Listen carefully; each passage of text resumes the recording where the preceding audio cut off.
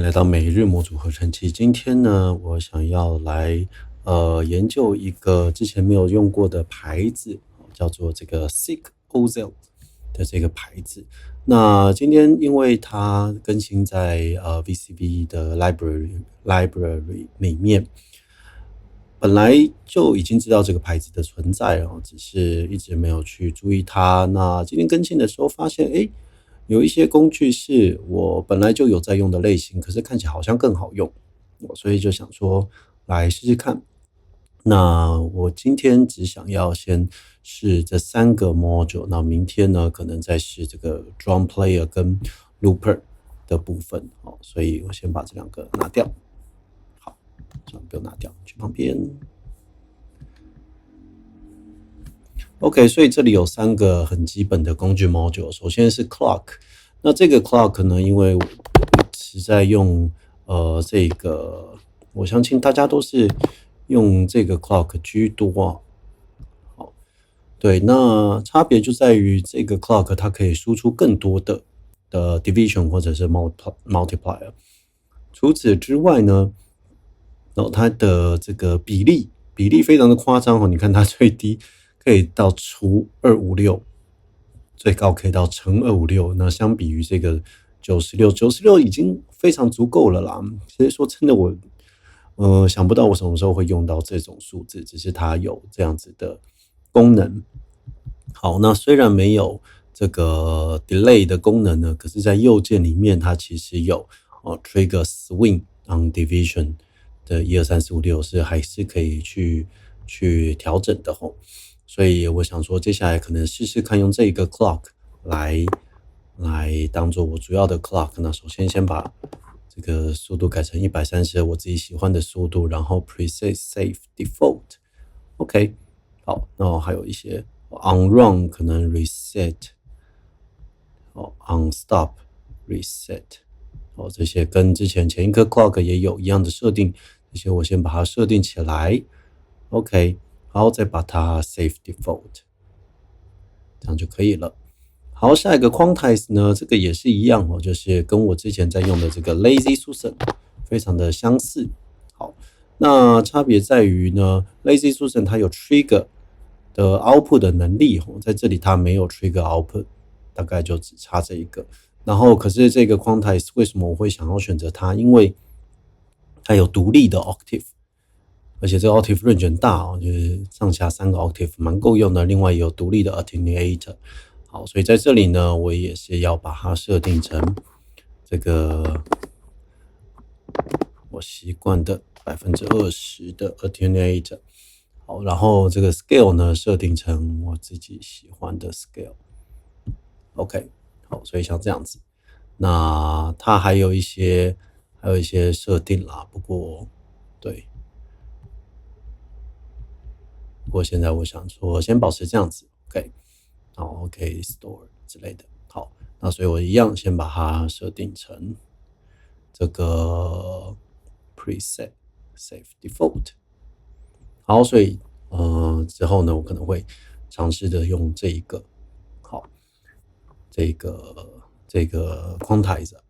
好，那最后呢，就是这个 envelope VCA。好，可以看到它一样是一个 stereo in out 的 VCA， 然后这里有这个 shape 可以调整，然后它的模式有 function generator 啊，或者是 loop 这些功能，有 gate 或 trigger。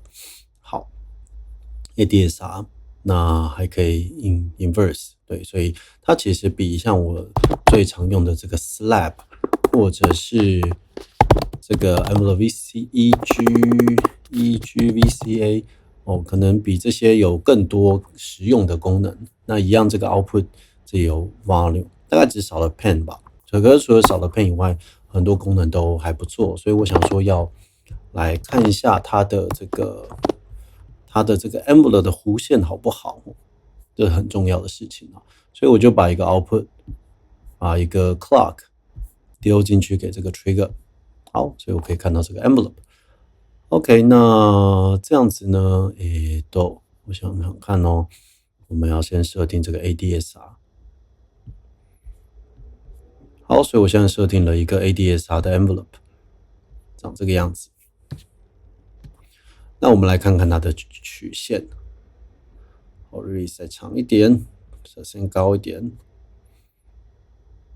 好，这曲线蛮妙的，你看它有这种 S 型的，对，那跟一般的不一样嘛，所以一般的大概是像这样子嘛，像这样的，可是它的最底有 S 型，对，这个是它特别的地方，所以对也是蛮妙的啦，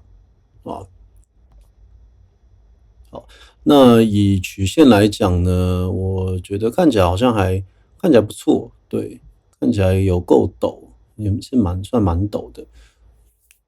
好，那 function 的部分呢 ？OK，function 的部分应该就是比较大的旋钮啦，A 跟不对，function 的部分是怎样？A 跟 D 吗？release 没有差别，对 ，SR 没有差，就是 AD。OK， 对啊，function 的部分是 AD。好，然后 loop 的部分呢，就是AD loop， 对 AD loop，ADSR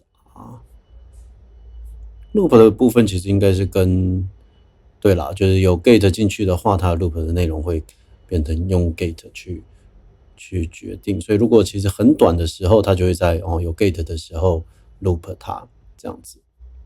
对，没有 gate 的时候就不会 loop。对，那没有 gate 进去的时候，它应该就是按一下，它就会自己一直 loop。OK， 这种是蛮常见的这个 Ambler 的设计，所以这个 Ambler 的功能就是这样的，蛮 OK 的。那这里还有一个 invert 反向 output， 我们来看看它的反向 output。好，反向 output 直接把 offset 拉到10，这一点非常的好。然后其实 offset 应该就是这个吧？是吗？不是，这个是真的它的音量，所以这个反向 output 非常的好，它可以拿来作为这个 sidechain 的 source。以前我都还要再用一个 offset 来修改这个 envelope，现在不需要，我直接用这个 inverse output 就可以来设定这个 sidechain，所以这个 output 非常的实用。好 ，OK， 所以这个就是这一颗 envelope 的 VCA。好，所以这3个工具。对，今天找到这3个工具，我觉得都蛮不错，就是现在有的，我现在常用的工具的再进一阶。好，所以接下来呢，我可能会让自己习惯用这3个工具来工作。OK， 那明天呢，我就要来试试看这个 drum player 跟 loop 的部分哦。所以今天的内容就是这样子，推荐给大家，希望大家可以用用看。每日模组合成器，我们明天见，拜拜。